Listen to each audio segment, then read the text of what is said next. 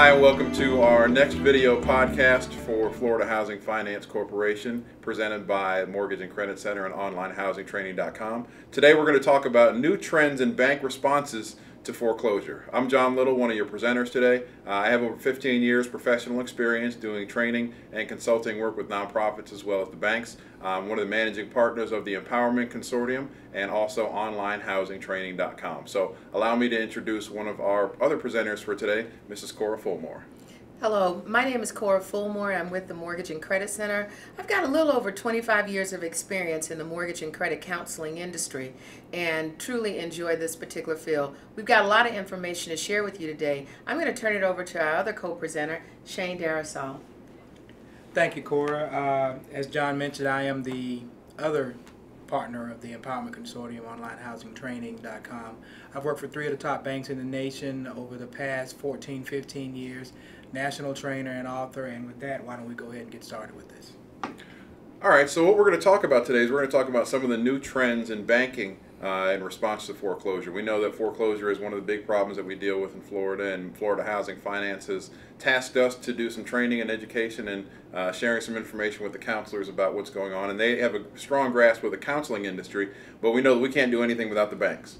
Absolutely. And what's starting to happen is the banks are starting to change a few things about the way that they've been addressing this foreclosure issue as well. So, Shane, let me throw it to you first.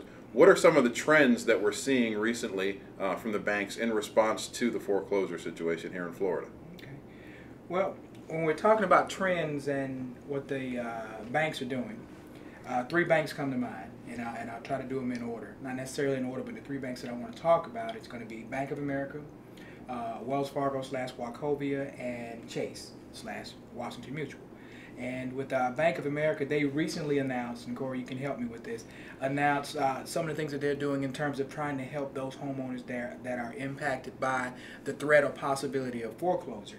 But I want to make sure that I position this correctly. That particular program with Bank of America, which is great, is only limited to those countrywide borrowers and those borrowers that have loans that are at least 120% of the current market value. Am I right? Absolutely. Also, there are some other factors that come into play. These countrywide homeowners also have to be at least 60 days past due on their mortgages, and the way Bank of America, the information that Bank of America is sharing about this should help about 45,000 affected homeowners. So that's Bank of America. The next one I mentioned, I believe, was Wells Fargo / Wachovia, and they're actually becoming aggressive and more proactive. I think they formed somewhat of a relationship with some nonprofits in certain areas. I'm speaking specifically of well, I don't want to mention the actual large nonprofit, but they have actually become more aggressive in terms of reaching out to affected homeowners and working with them right where they are in terms of being able to meet the homeowner right where they are in terms of their issues and helping them come to hopefully a permanent positive resolution, meaning that helping them actually stay in their homes. And as we go through this, maybe I'll cite some of those examples. The other bank that I wanted to talk about was Chase / Washington Mutual, and as you know or may not know, Chase has established home ownership preservation centers, if I'm saying that correctly, and they are positioned in the hardest hit areas right where Chase / Washington Mutual has a large footprint in terms of they've originated a lot of loans in a lot of these areas. So they've actually made it very, very easy for the homeowner to come into an office, sit down with a Chase representative that will get the bank people on the phone and be able to work through a resolution. So those are the 3 that I wanted to kind of touch on. And Corp, I know Bank of America is taking an additional step in addition to being more proactive in some of the mortgage write-downs and some of the processes that they're going through. They're actually out there in some of the communities, right? Absolutely, absolutely. And Shane, I'm really glad that you chose to identify those 3 lending institutions, because all of them are the major lenders that are doing a lot or have done a lot of paper in the state of Florida, have originated an awful lot of loans. Bank of America was the very first one you talked about.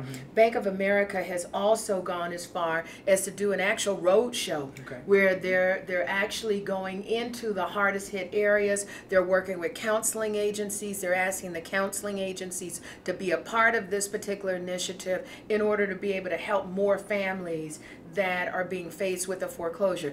They're seeing the value of adding counseling to the process. And as you mentioned before, only so many loans are going to be able to be impacted by the principal balance reduction. We're not talking about billions of loans that are going to be able to get some assistance, and I think it's really important as counselors that we tell that message. Not too terribly long ago, Bank of America actually brought in the counseling industry in the Central Florida area and actually provided training for those counselors so that they would be prepared once the program was announced. So that's a really good thing. You were about to say something. Well, no, I just wanted to mention that, specifically Bank of America, but all three of the banks are not afraid of that term, where the term principal write down. And specifically Bank of America is willing to go as low as reducing the principal balance as much as 30%. And that's huge if I'm an affected homeowner, where in an example like that, if you're going to reduce my mortgage balance by $60,000, $70,000, $80,000, then that's going to change my position in terms of being able to go back out and be able to feed my family and take care of things. So I think it's huge that they are hopefully setting the standard for the other banks to follow, and we'll see how that trend goes as well. Yeah. Absolutely. It's probably important to note that is going to be on a case-by-case basis. Absolutely. And there are going to be a limited number of people that will be eligible for that based on the specific criteria that they set forth. Absolutely. And the criteria is, there's always the devil in the details kind of thing. So we need to make sure that we're very clear that it's not just straight across the board, that there are some criteria that the consumer has to meet in order to be able to qualify for this. You also mentioned Wells Fargo, and recently there's been an outthrust of Wells Fargo to work with nonprofit organizations and counseling agencies.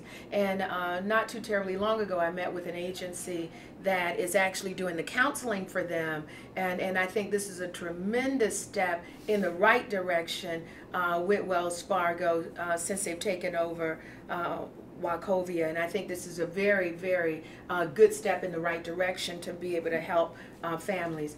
Now, and the last one that you mentioned was Chase, and my hat goes off to Chase because they stepped out early in setting up these homeownership centers for families to actually walk into a center and be able to sit face to face with a counselor on the Chase staff and be able to work with them. And the good thing that Chase has done that I feel is a positive step in the right direction is the fact you mentioned that they are in the hardest hit areas, and you are absolutely right. Not only are they in the hardest hit areas, they've seen that there's a need to add more offices in the state of Florida and also throughout the country to be able to reach and meet the needs of the families that are facing foreclosure. So they've done a lot of things that I think is very positive, and this is a really good trend for housing counseling and also to be able to